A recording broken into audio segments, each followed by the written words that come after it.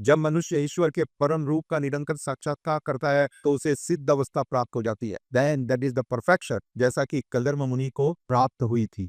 अष्टांग योग पद्धति में 8 सिद्धियां हैं। इनमें मनुष्य हल्के से हल्का और भारी से भारी हो सकता है। अणिमा, गरिमा, लघिमा, प्राप्ति, ईसवा संहिता जैसा भी आता जी चर्चा की। सो मेनी डिफरेंट, परंतु वास्तविक रूप से ये सारी सिद्धियां भी भौतिक है। इस डिवाइन ग्रेस से भक्ति सिद्धांत सरस्वती गोस्वामी प्रभुपाद जी कहते थे, क्या लाभ इन सिद्धियों का। मान लो आप सिद्धि प्राप्त करके हवा से हल्के हो गए, हवा में उड़ना सीख लिए, तो वो उड़ने का कार्य आप एक एरोप्लेन की टिकट लेके भी कर सकते। मरना तो पड़ेगा, मरना तो पड़ेगा। अरे भले ही आप चंद्रमा पे चले जाओ, भले ही आप मंगल ग्रह के ऊपर अपना महल बना लो। अब प्रभु जी मंगल ग्रह पे रहने लगे, इतने धनवान है, टेक्नोलॉजी में इतने एडवांस है, एलोन मस्क का पर्सनल फ्रेंड है, हेवली फ्रेंड, परंतु वहां पर भी बुढ़ापा आएगा, बीमारियां वहां पर भी आएंगी और मृत्यु वहां पर भी आपको आएगी। तो फायदा क्या हुआ, यहाँ पर भी मरने वाले हो, वहां पर भी जाके मरने वाले हो। इसलिए बुद्धिमान व्यक्ति इसमें कोई रुचि नहीं लेता, वो इस चक्र से निकलना चाहता है। यद गत्वा निवर्तन्ते तद धाम परमम्, भगवान ने बताया भगवद गीता में, मेरे धाम में जो व्यक्ति आ जाता है उसको वापस इस दुखों से भरे भौतिक संसार में जन्म लेने की कोई आवश्यकता नहीं रहती। He is liberated, that is liberation. परंतु इस लिबरेशन के बाद उसका अस्तित्व भगवान से अलग बना रहता है और वो भगवान की इन दिव्य सेवाओं को सतत रूप से निर्वाहित करते रहता है। He continues to render